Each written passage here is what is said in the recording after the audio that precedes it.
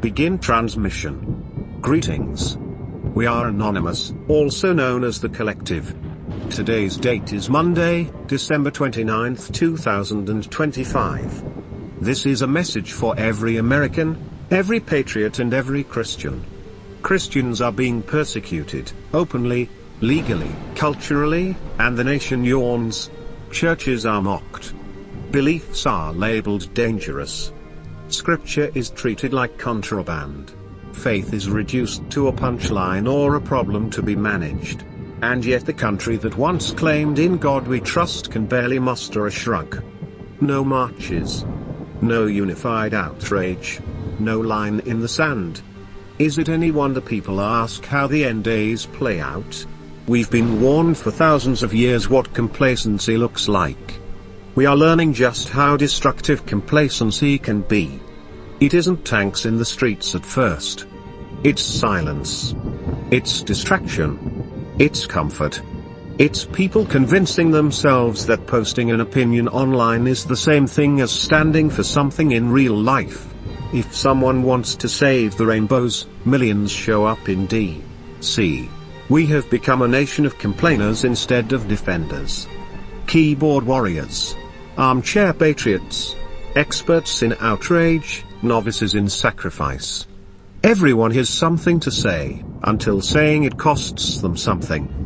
And here's the part no one wants to confront: a people unwilling to stand for others will not be stood for when the pressure turns on them. The day always comes when the scope widens. History doesn't stutter on this point. First it's them. Then it's anyone who won't bow.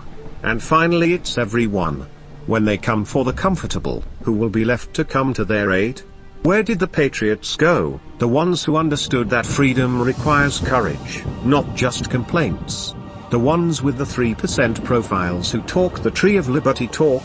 Where did God's people go?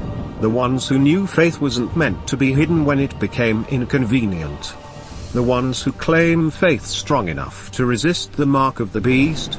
Where did humanity go, the basic moral instinct to defend the persecuted, even when they don't look like you, vote like you, or live like you?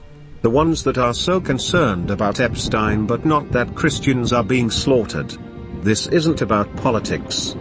It's about spine. It's about conviction. It's about whether a nation still recognizes evil, when it wears a polite smile and calls itself progress. The Bible doesn't describe the final days as a sudden collapse. It describes a slow moral erosion, where people trade truth for comfort, courage for convenience, and responsibility for applause. What we're witnessing isn't confusion. It's choice. And the most dangerous lie of all is believing that silence will keep you safe. It never has. It never will. History remembers those who stood, and it buries those who waited until it was their turn. The question isn't what is coming.